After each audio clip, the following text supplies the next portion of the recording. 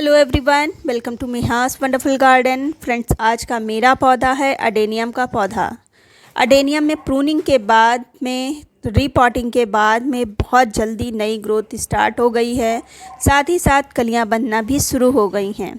तो अगर आपके प्लांट में अभी तक नई ग्रोथ स्टार्ट नहीं हुई है, रीपॉटिंग के कई दिन हो चुके हैं लेकिन फिर भी नई ग्रोथ नहीं स्टार्ट हुई है, तो आपको क्या करना चाहिए, साथ ही साथ ये कलियां इतनी जल्दी कैसे बन जाती हैं, अगर आपको जानना है तो ये वीडियो आपको पूरा देखना पड़ेगा।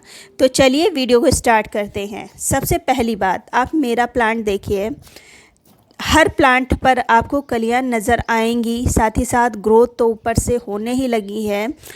अभी रिपोर्टिंग के मुश्किल से 7 दिन ही हुए हैं और सभी प्लांट्स पर नई ग्रोथ स्टार्ट हो गई है। तो अगर आपके प्लांट पर नई ग्रोथ नहीं स्टार्ट हुई है तो सबसे पहले तो आप ब्रांच अडेनियम के प्लांट की जो ब्रांच होती है उसको अच्छे से चेक करिए। जैसे कि मेरे ये देखिए, सभी पर नई नई पत्तियां आनी शुरू हो गई हैं, लेकिन एक ब्रांच पर कोई ग्रोथ नज़र नहीं आ रही थी। फिर जब दबा के देखा तो ये ब्रांच गल चुकी थी। तो आज ही मैंने कट किया है और फाइन कट नहीं हो पाया। तो अगर प्लांट पर आपके ग्रोथ नहीं हो रही है तो सबसे पहले तो ब्रांच को दबा के देख लीजिए, ब्रांच आपकी ठीक है नहीं ठीक है। अगर ठीक, क्योंकि रीपॉटिंग के लगभग 7-8 दिन के बाद नई ग्रोथ होना स्टार्ट हो जाता है। अब मेरे देखिए प्लांट में मैंने जो अक्टूबर में जिसकी प्रूनिंग की थी, सभी पर कलियां बननी शुरू हो गई हैं।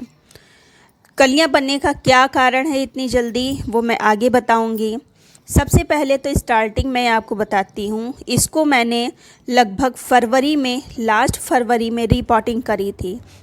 रीपॉटिंग में मैंने 3 मीडिया का यूज़ किया। पहला, जिसमें सॉइल भी है, सिंडर भी है, और जो ईंट के वो होते हैं छोटे छोटे से पार्ट्स, वो भी हैं। दूसरा मीडिया मैंने मोरंग और कंपोस्ट और सॉइल का लिया है।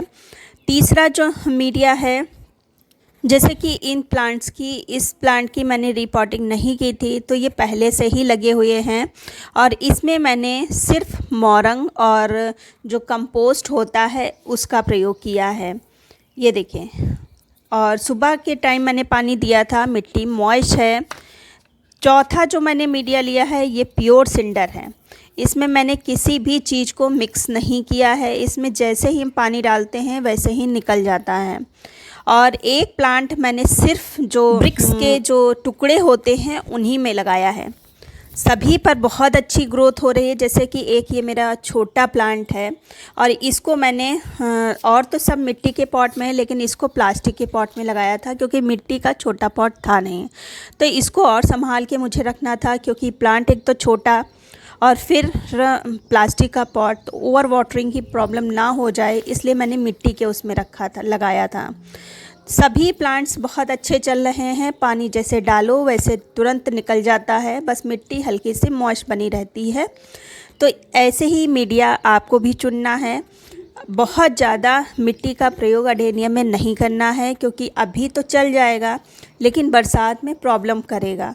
तो जब भी आप प्लांट के लिए मिट्टी बनाएं तो बहुत ही सावधानी से बनाएं। देखिए, आप जब एक्सपीरियंस्ड हो जाते हैं तो किसी भी मिट्टी में आप प्लांट को चला ले जाएंगे, लेकिन अगर आपकी स्टार्टिंग है, प्लांट अक्सर आपका ख़राब हो जाता है, तब मीडिया पर ध्यान दीजिए। आप नहीं बना पाते तो सिर्फ सैंड जो मोटी वाली होती है उसमें कंपोस्ट मिक्स करके लगा दीजिए। कोशिश करिए मिट्टी का पॉट लीजिए, कभी प्लांट आपका ख़राब ही नहीं हो सकता। दूसरा जो अधिकतर क्वेश्चन आता है कि कॉर्डेक्स कैसे मोटा बनाएं, तो आप मेरे प्लांट्स देखिए, ये तो मेरा कटिंग से लगा हुआ है लेकिन फिर भी इसका कॉर्डेक्स मोटा है। तो अगर आपका प्लांट का कॉर्डेक्स बहुत ही पतला सा है तो पहले तो ये देखिए कि आपका प्लांट पुराना कितना है।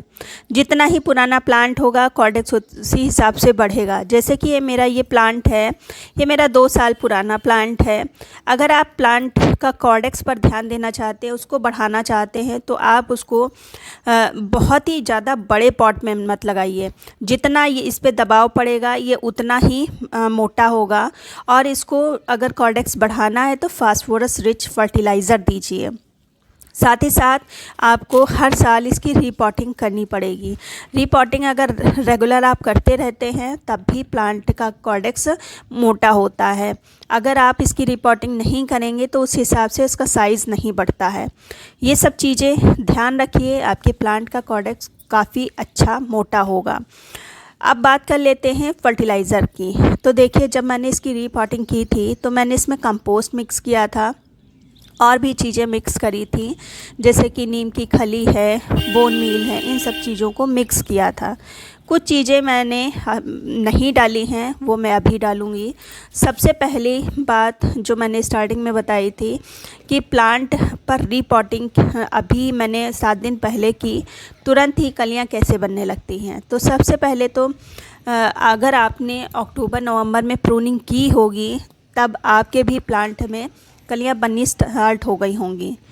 और साथ ही साथ मैंने जब धूप निकल रही थी सर्दियों में भी, तब मैंने जब गुलाब पे जो चीज़ की शावरिंग करी, जैसे न्यूट्रिएंट की शावरिंग करी, तो इन प्लांट्स पर भी शावरिंग करती रही हूँ मैं, जिसका नतीजा ये है कि रिपोर्टिंग के तुरंत बाद 6-7 दिन के बाद ही न्यू ग्रोथ भी हुई है और साथ ही साथ उस पर कलियाँ भी बनना शुरू हो गई हैं।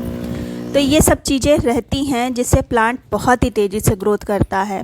सर्दियों में प्लांट भले ना बढ़े या रिएक्ट ना करे, तुरंत रिएक्ट ना करे, जो भी आप डालें बाद में रिएक्ट ज़रूर करता है। ये अपने कॉर्डेक्स में सब चीज़ स्टोर रखता है, फिर जैसे ही इसका फेवरेबल वेदर आता है ये बहुत ही तेज़ी से ग्रोथ करता है।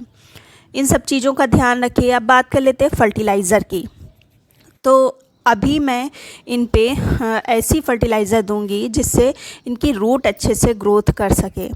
देखिए, अभी प्लांट पर पत्तियां लाना है, प्लांट की ग्रोथ बढ़ाना है, फिर हम कलियों को लाने के बारे में सोचेंगे। अब वो अपने आप आ गई हैं तो कुछ नहीं कह सकते, लेकिन अभी पत्तियां लाने में ज़्यादा फोकस करना होगा। तो उसके लिए हम फास्फोरस युक्त फर्टिलाइज़र देंगे जिससे रूट बहुत अच्छे से ग्रोथ करे।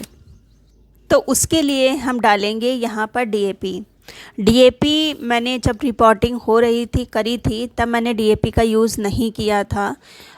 डीएपी बहुत अच्छा स्रोत है फास्फोरस का, डाई अमोनियम फॉस्फेट। तो अगर आपके पास छोटी ग्रेन्यूल्स में हैं तो आप 8-10 दाने डाल सकते हैं। मेरे बड़े बड़े दाने हैं तो 5-6 दाने काफ़ी होंगे।